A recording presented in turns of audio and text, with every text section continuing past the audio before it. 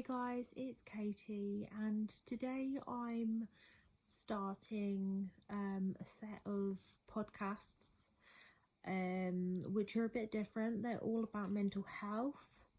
I know I've covered mental health partially in the past on videos, but these are specifically about my experiences of mental health, and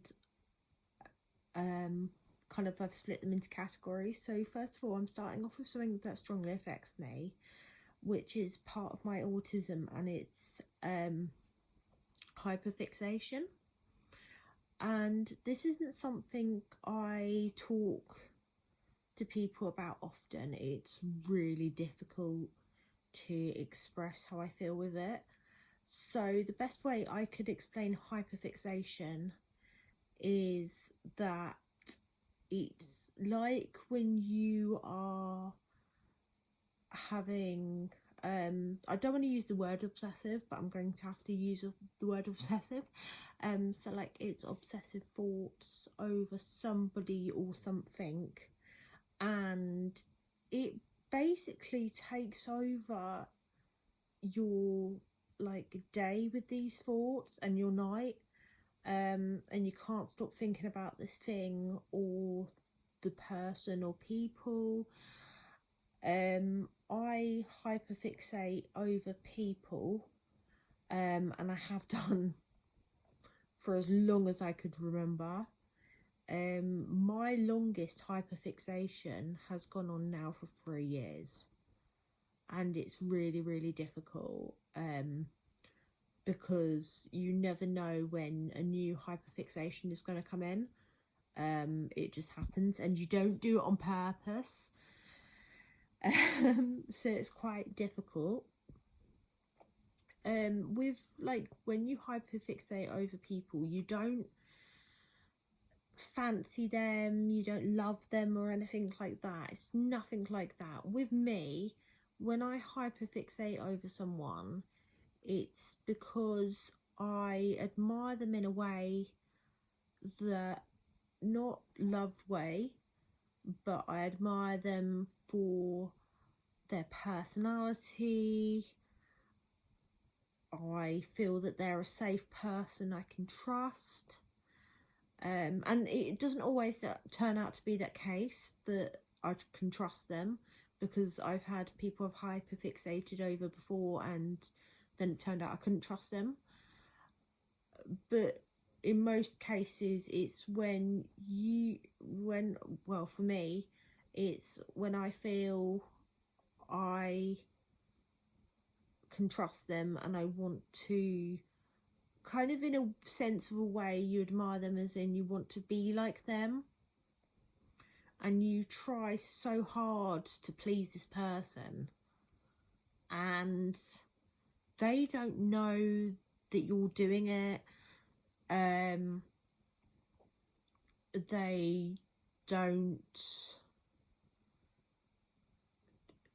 never going to know that you're trying to please them and be perfect for them, whether it's being like them or whatever. If someone's skinny, you might go, oh, I need to lose weight. If you're a bit chunkier, it's something like that. You might want to dye your hair a different colour, you might want to change your eating habits, anything. But that's my personal experience. I don't know about other people's like experiences.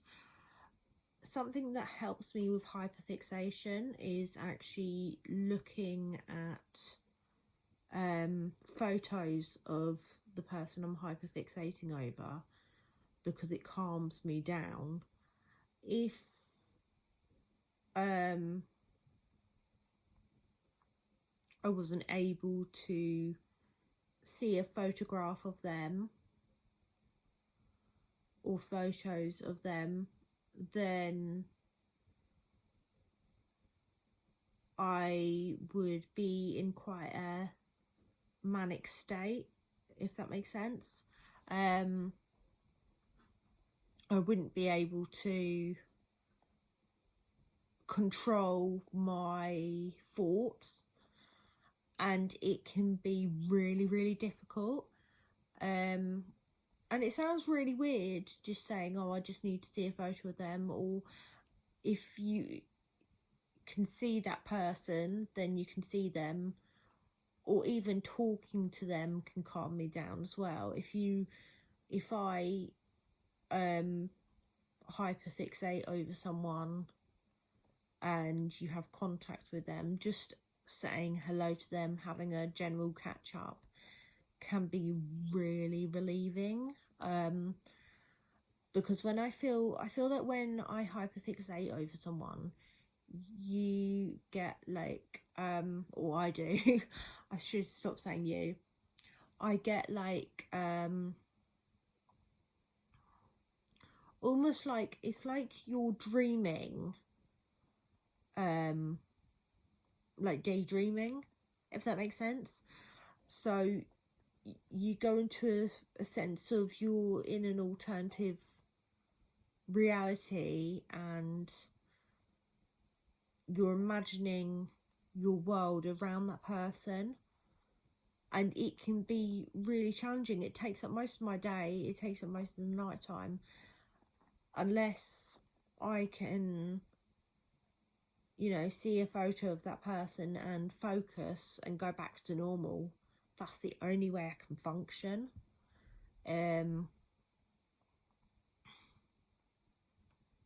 Yeah, it's quite weird.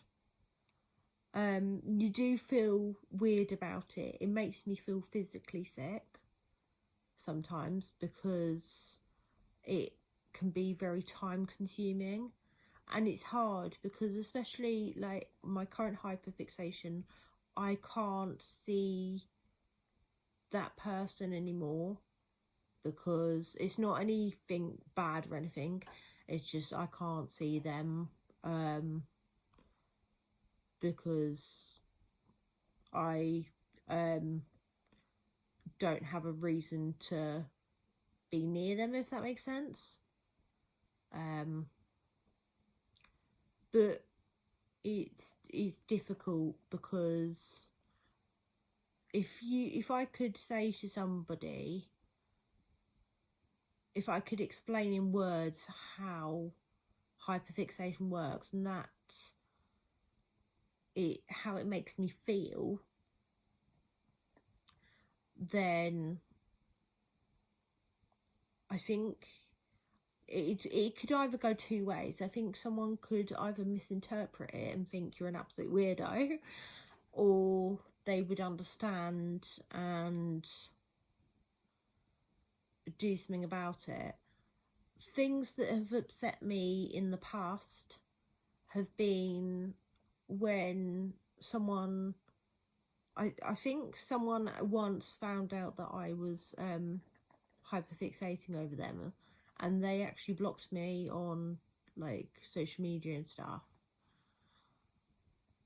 That's not the way to do it, because then that means I can't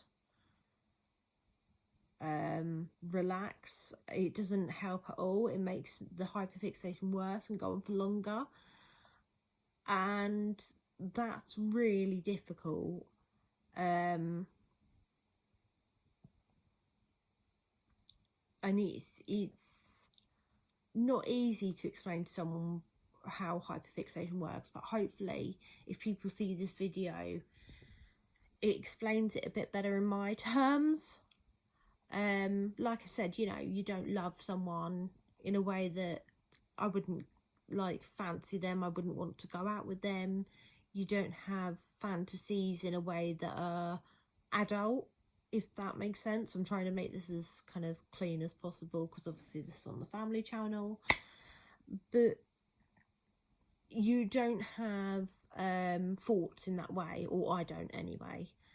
It's just in a way that you feel safe with that person, and you could imagine just having a conversation with them. You feel comforted if they talk to you in real life.